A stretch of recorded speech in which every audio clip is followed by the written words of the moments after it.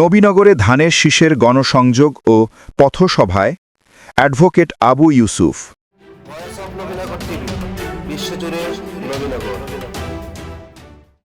মোহাম্মদ হুমায়ুন কবিরের তথ্যচিত্রে বিস্তারিত।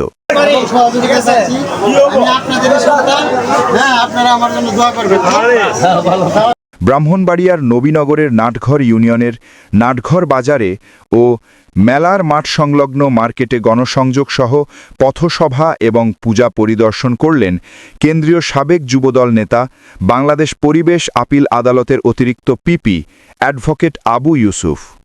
আজ ১ অক্টোবর ২৫ বাদ আসর নাটঘর বাজারে ধানের শীষের পক্ষে লিফলেট বিতরণ ও গণসংযোগ শুরু করলে গণসংযোগ গণজোয়ারে পরিণত হয়। পথসভায় বক্তব্যকালে আবু ইউসুফ গণতন্ত্র বিরোধী অপশক্তির বিরুদ্ধে সকলকে ঐক্যবদ্ধ থেকে ধানের শীষের পক্ষে কাজ করার আহ্বান জানান।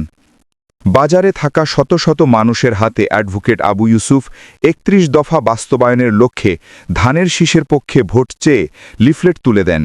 এ সময় উপস্থিত ছিলেন নবীনগর উপজেলা তারেক পরিষদের সভাপতি মোহাম্মদ হুমায়ুন কবির, সহসভাপতি বিদ্যাকুট ইউনিয়ন তারেক পরিষদের সভাপতি মহিউদ্দিন, প্রফেসর কবির আহমেদ, জায়ের মাস্টার, হুমায়ুন মেম্বার, মোহাম্মদ শরীফ, মোহাম্মদ ইনামুল, মাহবুব, জয়নাল আবদিন প্রমুখ। গণসংযোগ ও পথসভা শেষে কেশব মাস্টারের বাড়িতে দুর্গাপূজা পরিদর্শন করে সংক্ষিপ্ত বক্তব্য রাখেন অ্যাডভোকেট আবু ইউসুফ। এ সময় তিনি বলেন, শারদীয় দুর্গা উৎসব আমাদের আমাদের যে হিন্দু ধর্মের একটা বড় উৎসব, সেই জন্য আমরা বলবো এই যে শারদীয় দুর্গা উৎসবে আসলে ধর্ম কিন্তু যার যার, উৎসবটা আসলে সবার।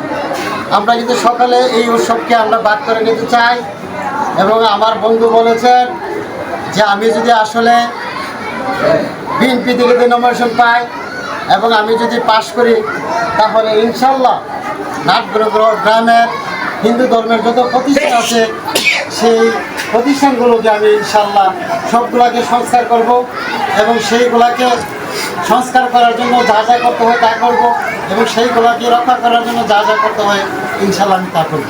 পাশাপাশি আমি আরেকটু বলতে চাই, আজকে আপনারা দেখেছেন গ্রামগঞ্জ থেকে শুরু করে প্রত্যেকটি জায়গায় আজকে সাধারণ যে ছেলেরা আছে, ছাত্রছাত্রীরা আছে, আজকে মাদকে আসক্ত হচ্ছে। আমি পাশাপাশি এই শারদীয় দুর্গা উৎসব থেকে বলতে চাই, আপনারা আপনাদের ছেলেদেরকে দেখবেন তারা কোথাও যাচ্ছে, কী করছে, তারা নেশাগ্রস্ত হচ্ছে কিনা, তারা এই যে ইয়াবা এবং যে ভেন্সিডিল সেই দিকে তারা আসক্ত হচ্ছে কিনা সেই দিকে আপনারা খেয়াল রাখবেন, তাদেরকে স্কুলে যাওয়ার জন্য উদ্বুদ্ধ করবেন এবং এই কথা বলে সকলকে ধন্যবাদ জানিয়ে আজকে এই শারদীয় দুর্গা উৎসবে যাতে সফল হয় সেই সফলতা কামনা করে আমি আমার বক্তব্য শেষ করছি। বাংলাদেশ।